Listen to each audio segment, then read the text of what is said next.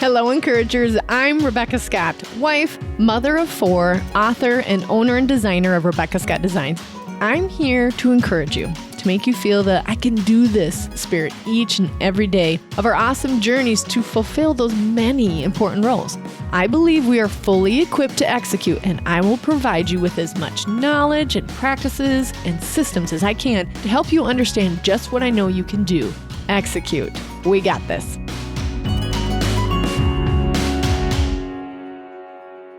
Hello, encouragers. On today's podcast, I have part 2 with Clint Brown, where we are talking about, this time we're going to start with conversion metrics, and this is what things we need to measure on our websites or on our e-commerce sites, because it can be a little overwhelming.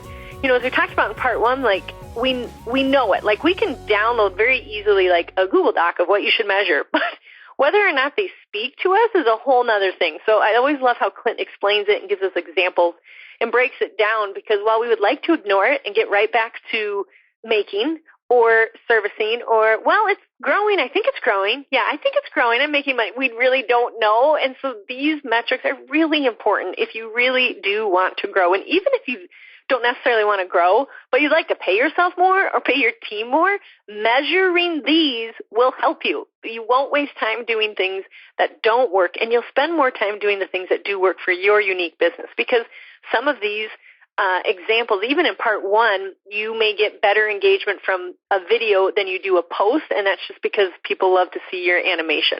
Or it may be that they just love to see your beautiful wallpaper scripture. But knowing your metrics will allow you to measure what is making you successful. Is that how you would put it, Clint? Yeah, I think that's beautifully put. Let's roll with that. Okay. Okay, so talk to us about what is conversion metrics.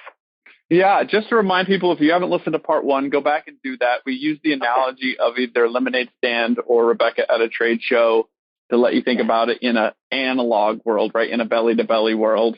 And we're sort of zooming in. We started like way out on the perimeter of like people who might see your ad somewhere. And then we sort of zoomed in to people who are engaging with your social media and they're clicking and they're commenting. And now we're going to get down to conversion, right? Conversion is the time where like you're in that space of you might make money. And so Becca, in your trade show booth or your art show booth or whatever, that is someone has put a bag in their hand and they're walking around with it. Now the conversion game has started. They're really close to purchasing.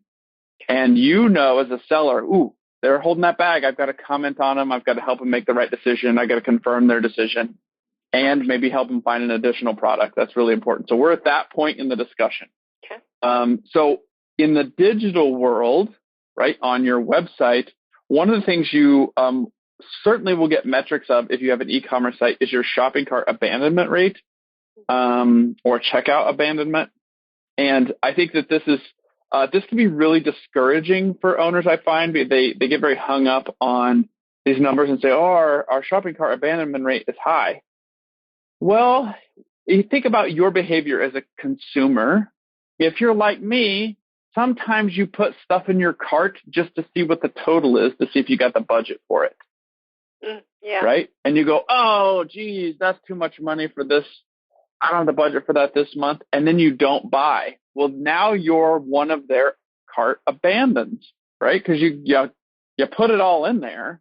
And as far as they could tell, you intended on buying. They didn't know that you were just sort of seeing the total. Or maybe you're calculating the shipping, right? Because if you get so much in the cart, you get free shipping or discounted shipping. And then you leave. That's an abandon. So there are good reasons to abandon. A bad reason to abandon is when they got there, it ended up being too much money. Or maybe your shipping's too high. And so understanding your shopping cart abandonment rate or your checkout abandonment, which are typically 2 different numbers given, is not a point to panic. It's a point to have curiosity. Why? Sometimes it's just because you have too many steps. I know, Becca, as you've upgraded your website over time, you're constantly reducing the number of steps to somebody. Yes. Certainly your listeners have had to go buy something on a website or just to go buy something on a website, and you're just like, you filled out what feels like the 9th page of information. You're like, good Lord, just send me the product. I mean, how many questions do you have to ask? Yeah, how many next pages do I have to get to just figure out whatever? Yep. It is exactly why I'm getting a brand new website, because I realize there's way too many decisions that I'm putting on the customer that they can't confidently make without me standing next to them at a trade show. And so, yeah, you got to make it as easy as possible for them to check out and be as confident as possible through the process, or they will abandon cart. Oh, yeah, I was buying running shoes. Rebecca, I found some shoes that I like, and they were on sale from a new website, and they had one of those things in their checkout that said, like, do you want to create an account? And I was like, yeah, sure. I clicked the box. Oh, my gosh, you should have seen the questions. Like, what was your mother's maiden name? What was your first grade teacher? I thought, I'm trying to buy $40 discounted running shoes. So I just unchecked that box and said, forget it. I'll just do guest checkout. It's too much work. Yeah. Right? I'm not getting a home mortgage here. I'm getting running shoes. This should not be this complicated. So, that's, yep. You know what? I'll give your listener something that might shock them. Have a friend who's never bought from you buy from you. Give them your debit card. You'll pay for it. It's a gift.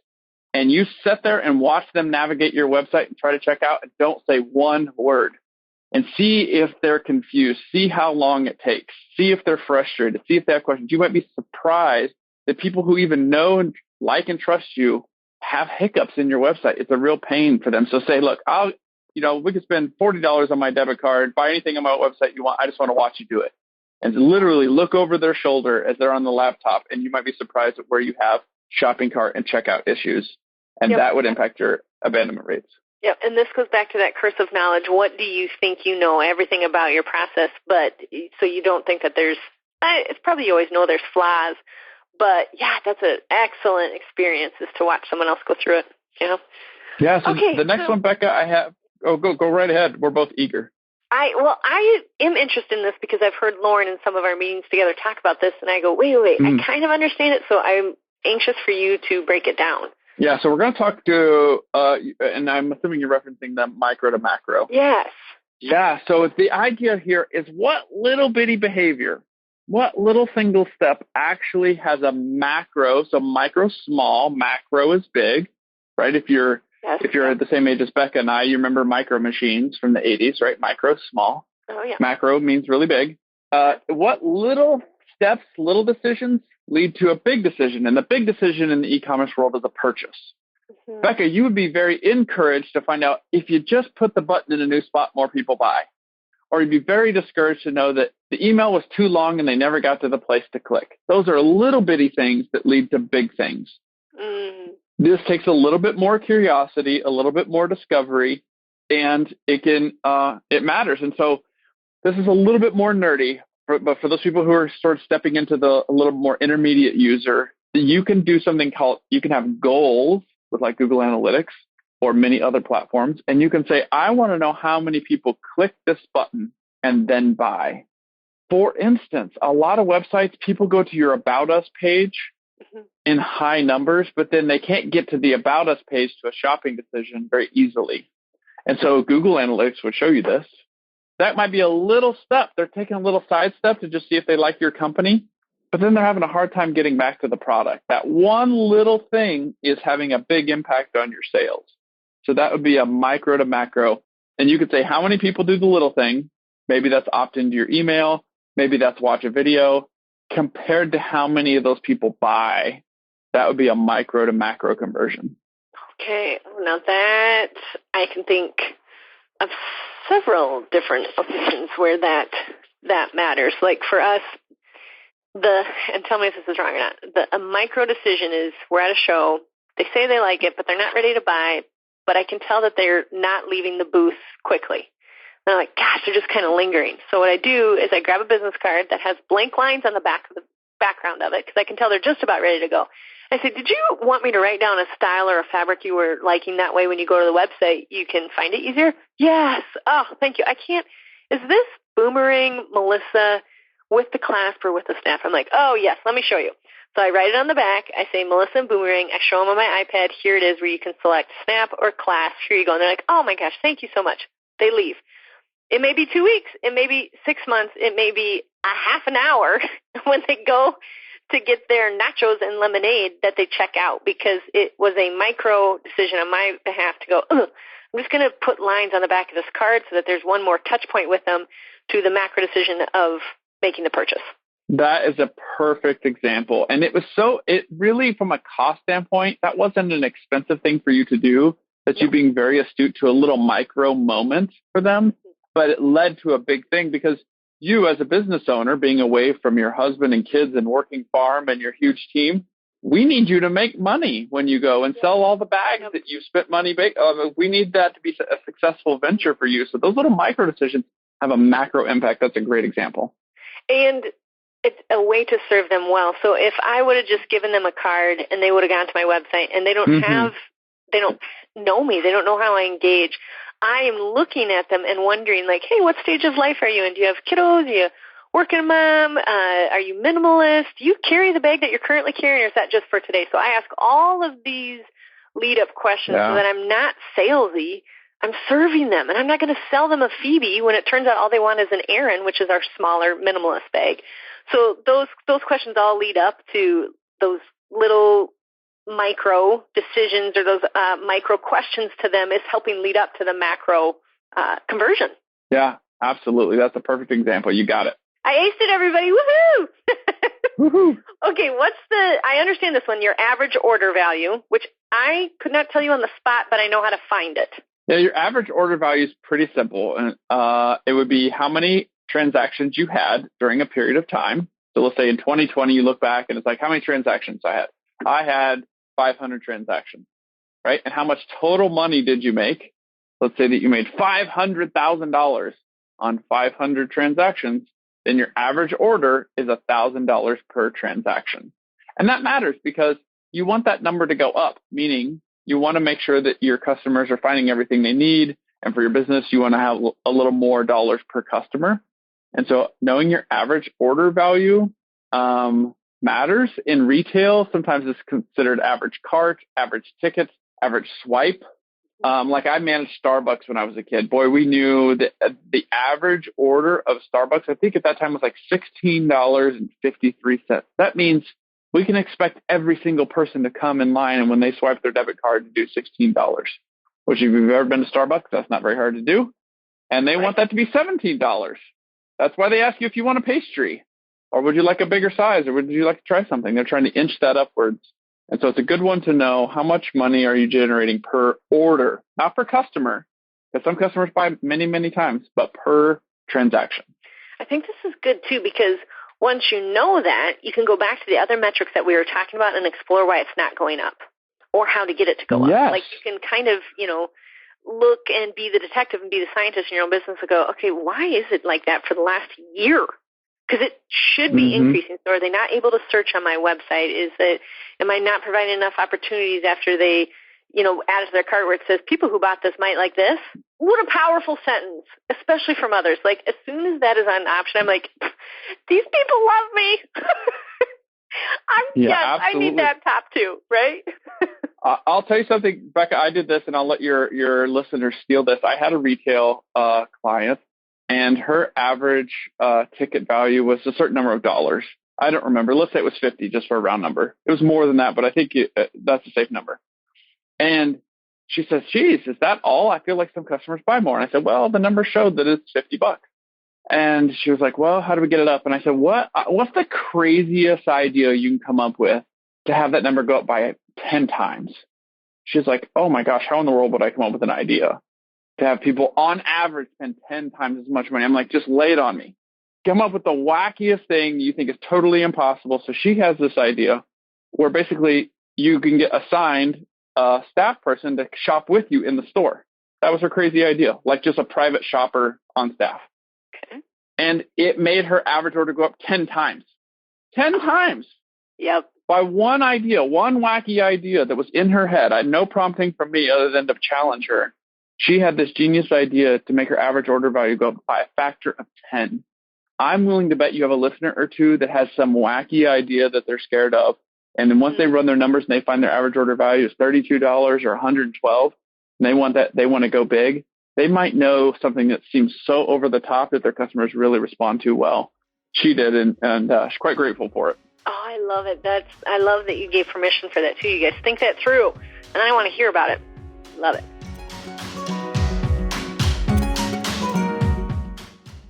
Hey, encouragers, as long as Clint and I have you measuring the metrics on the back end of your website and you're really thinking about how you're going to measure them and what you're going to do about them, because remember, implementation is just as important as listening to it right now, I want to invite you to join our Facebook community. We're called The Encouragers on Facebook, and we go over a lot of this content together so we can better serve you on a personal basis. We're also thinking about doing some possible workshops right alongside Clint so that we can really deep dive into your own individual businesses. So make sure you become part of our Facebook community so that you can get the prompts on how to join those.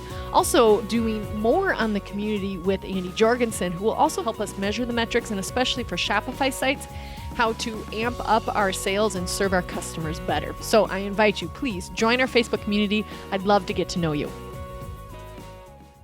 Okay, how about sales conversion rates? Sales conversions are pretty simple, though you can drill down or get more specific. It would basically be how many people came to your website versus how many people bought. Typically, you want this to be above 1%. So if you have 100 people come to your website, you should be converting at above 1%. If you're not, it's fair to assume in the e-commerce world, and I've been at it 18 years, it's fair to assume something is off. Either your website's too confusing, your prices are too high, you're reaching the wrong people. You should be at 1% or better of conversion rates. Think if you owned a retail store. Let's say that you and Becca partner and you open a retail store, and 100 people walk through the door and only one of them buys, you might be a little discouraged, right? What if 1,000 came through the store and only one of them buys? You might think, what are we doing? You would want more people who come into your store to buy. Same thing's true with a website. You want higher conversions. And then you get really specific. You could say, how many people buy this product, right? So Becca, you might say, how many people buy the larger bags? Or how many people buy this collection versus how many people had the chance to look at it? The website will give you those numbers, but it helps you have a sense of, are you presenting the right product to the market? To the right audience, too. Yeah. Like it could be that you have a baby line or you have some baby products that you're like, I'm just going to try this out, but they're not taking off. Well, are you providing them opportunities to see that? So after they get done checking out with something else that you're selling, you go, hey, did you, I wouldn't say understand, but did you know that we have a baby line? Check it out here. Like, is your website reflecting where you're wanting the sales to go? Are you exposing them enough? Yeah, in my experience, Rebecca, if I were to just get in a room full of e-commerce people like yourself, and I would say write down your best converting product and your worst converting product, almost across the board, they have it backwards. Really? What they're thinking is, what product do they sell the most of? What product do they sell the least of? I'm never surprised when the lowest volume product is also the highest converting. They just aren't excited about promoting it, but a lot of people buy it when they see it.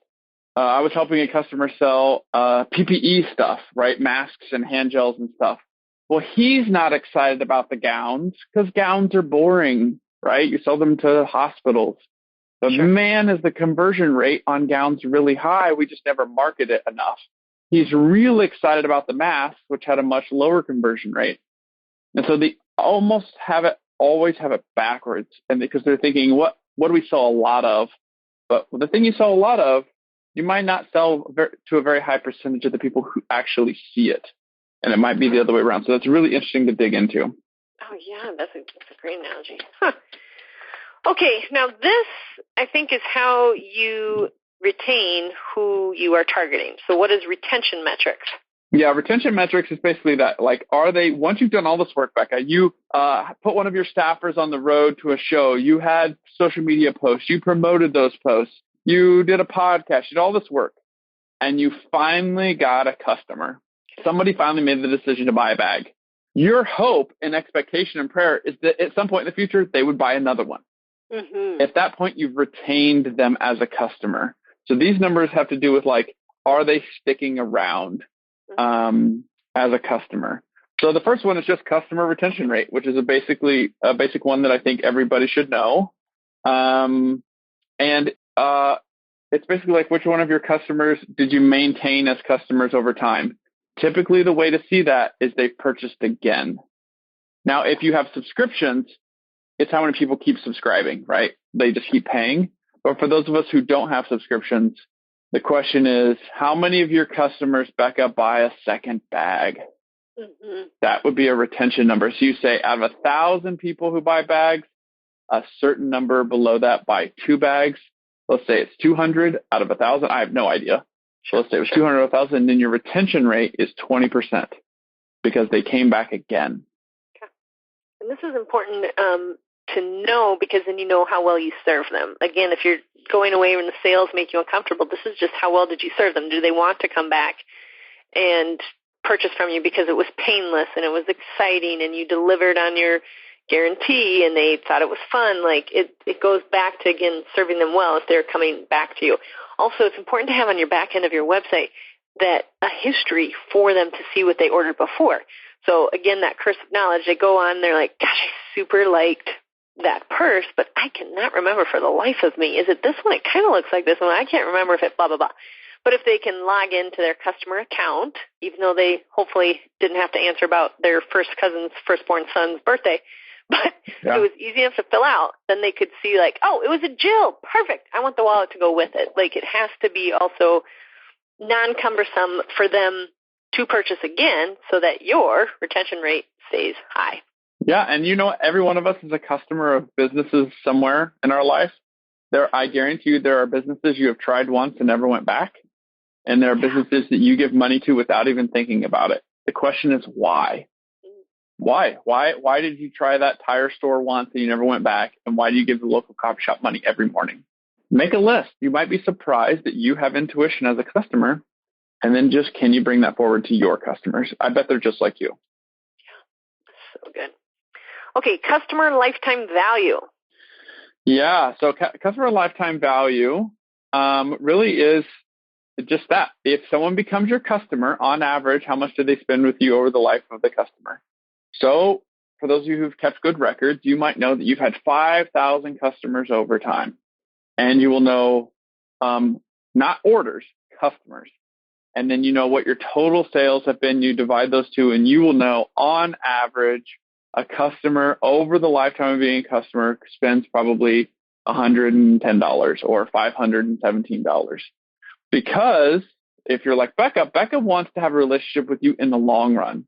Mm-hmm. She wants you to buy a bag now and buy another one for a sister sometime in the future, and then buy another one for a coworker, and then buy yourself another one. She wants a relationship for years because it brings her so much joy for her and her staff, and it makes a dependable business so that she can know where she's headed. And so you want to know the lifetime value of your customer. If you get a customer, what can you expect that they'll spend over time? And you want that number going up. And so almost all these metrics, Becca, you could sort of say like, what were they in 2019? What were they in 2020? What do we want to have in 2021? And is it going up or is it going down? Are people spending less with us over time? That might be an interesting set of clues too. Why is that true? And it's a great exercise to walk yourself through. And you don't have to do it on your own, too. And even if you are a staff of one, these are still things that you can measure with a friend that's just really interested in your business. And you can both take a look at it because, again, you may have that curse of knowledge and just not know why. And she may go, oh, I know. Mm-hmm. Yeah, absolutely. That's a big overarching one that I still have to kind of wrap my brain around. I tend to have just the feeling of you bought a bag for me and we're best friends and I remember the lining and I remember the zipper color, so now we're friends. Yeah, that's very true. So I had to keep that comes very creepily so to me. Like I cannot say how many times I've been in a booth and I cannot tell you their first and last name. I can tell you what their face looks like and I can tell you what their very first purse was. And it's a little bit creepy. It's a superhero power in your world. Okay, what about the repeat customer rate, which these all, they're so similar as well. So why is it important that, I guess I should ask this question, why do we need to measure each one individually?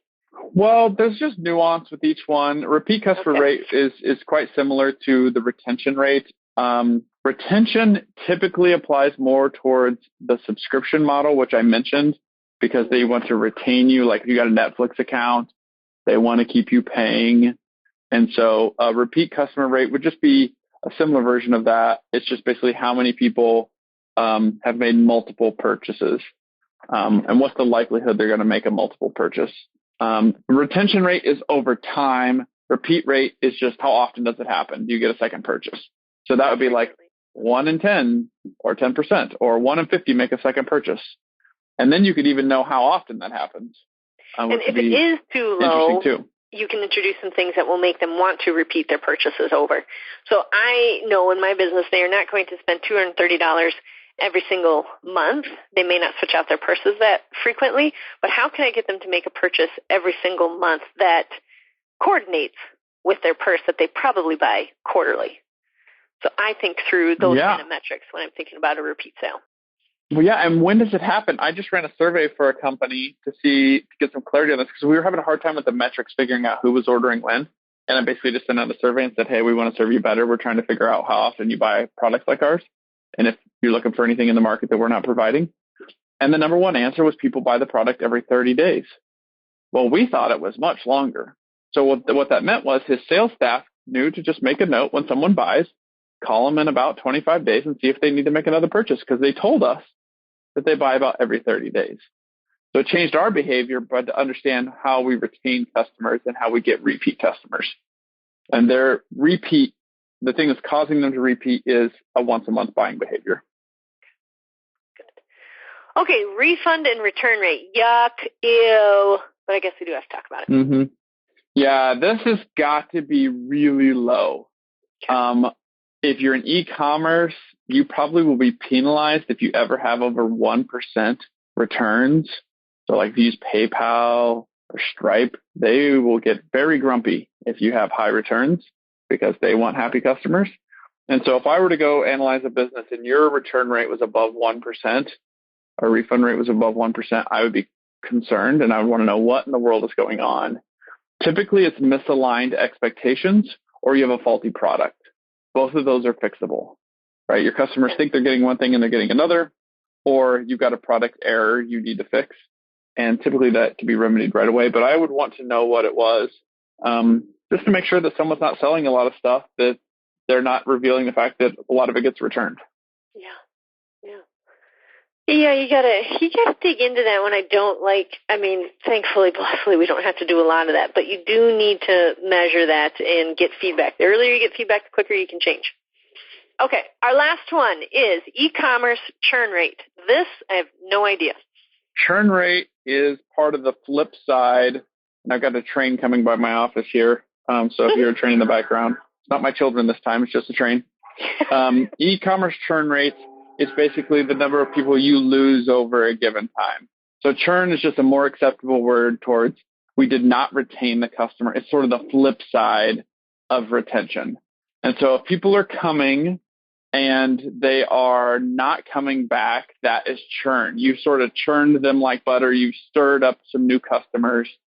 One way that I was encouraged by a friend of mine who does very well online, his business is probably $10 million a year online. And he has a different way that he thinks about it, which gives his team better decision-making tools, and I'll share that with you. He says they don't consider them a customer until the second purchase. They're a lead or a prospect on the first purchase because they're just kicking the tires. They're just trying it out. Okay. So in your world, Becca, that would say everybody who's bought just one bag is trying our brand. Everybody who's bought the second bag is now a customer. And what that allows you to do is sort of have a different advocacy mind for what you want to have happen. You know that, man, we did so much work to get that first bag purchase. Great. But we're not going to count them as our success metric for a customer base until they buy their second bag. And it can really get you focused on the right efforts. I love it. Okay. Does that make sense? Yes. It mentions here it's always easier to resell to a current customer than to gain a new one. Well, yeah, because you've already got that brand trust and that extension. They might open your email. You don't have to go find them again. I mean, if I were to come on board, let's say I came on as a commission-only salesperson for Rebecca Scott Design, the very first thing I would ask for is your current customer list and when they purchased last. And I would be talking to all of your current customers to find the next sales because we're so much closer to them buying because they already know your brand. They've already got the product. If there's a problem, we can solve it versus let me go out into the big open world of social media and try and find somebody I don't know and build a relationship. That's hard to do. Yeah, it's not near as aggressive when you're working with the current list. Mm-hmm. Okay, Clint, I'm charging you with wrapping all of this up for us. Remind us why it is so important to measure these. Well, I think it's important because the numbers reveal the health of what you have going on. And we talked in an earlier podcast series about the reason people don't look at their financial numbers typically is because they're scared at what they might say. And I find in social media, they don't look at the numbers because they're just overwhelmed. It is a lot of data. I'll be honest. If you get into Facebook Insights, you could be a statistician and be overwhelmed with the amount of data that Facebook gathers, or Google. There's so much information. Baby step it. Find a number or two that we recommended and start to get your brain wrapped around those. And then do the thing. Remember back in math when you had those long story problems and they were confusing and you kind of had to talk to yourself out loud? Talk to yourself out loud when you do this and say, hey, my social media engagement, I got 14 likes on the last post and I got 27 on this post. And then ask yourself why. And that answer, that little behavior there of this is this number and this is this number, why? Last week, Becca, we sold 100 bags. This week we sold 150. Why? That will start to illuminate what's going on and start to get you in the brain space of thinking about your numbers and keeping track of them, and hopefully can help you grow your business, because there's probably some easy, blatant answers in front of you to improve your numbers that you don't know because you're not looking at them. So true. Okay, that is excellent. I'm already thinking of which ones I need to, because I knew the majority of these, and like reading the paragraph, I can go, okay, yep, but I don't know how to find them, and I'm sure I can. But it does make me go, no, I got to be able to know these so that I can manipulate what I am putting on my stock tab, what I call, like what I'm designing that week so that I can serve them better. Like, why is mauve stripe so darn popular? It's because it's a trending color, and every time I make it in a Jill, it'll go. And that one got the most clicks, and that one helped them to buy their second purchase after 45 days instead of their regular quarter. Like, those things would be so good to know. Mm-hmm. So good to know. Yeah, sometimes it's simple little things. Yep. Well, I agree. And most of these decisions actually do not mean throwing more money into ads, you guys. That's the beauty of this, is when you start measuring, it's behavior things, which are free. I mean, it's not free of your time, but your behavior, when you change these things, you do not have to throw more money at it. Chances are, I would say 9 times out of 10, it's actually not throwing more money at ads. It's reading and measuring the behaviors of your customers so that you can better serve them. Absolutely. 100%. All right. Thank you so much, Clint. Thank you so much for this 5-star review from Mrs. RobDog82. She says, just wow. So happy I have discovered this podcast. I've been in a major funk, and this podcast has lifted my spirits, renewed my energy, and upped my enthusiasm for productivity and motherhood. You will leave each episode feeling motivated and capable. Cannot recommend this podcast highly enough. Thank you so much, Mrs. RobDog. I love hearing the word productivity, and I'm glad it energizes you. Thank you. Encouragers, we got this. I know how you can start executing on all the things that God has equipped you to do. You can pick up my book at theencouragerpodcast.com and check out the store complete with book, journal, and the master course. Also, make sure to check out the resources tab where you'll get a hold of all the PDFs from the podcast. Thank you for tuning in, Encouragers. Remember to subscribe so it's automatically on your phone. And please rate and review me. We got this, Encouragers.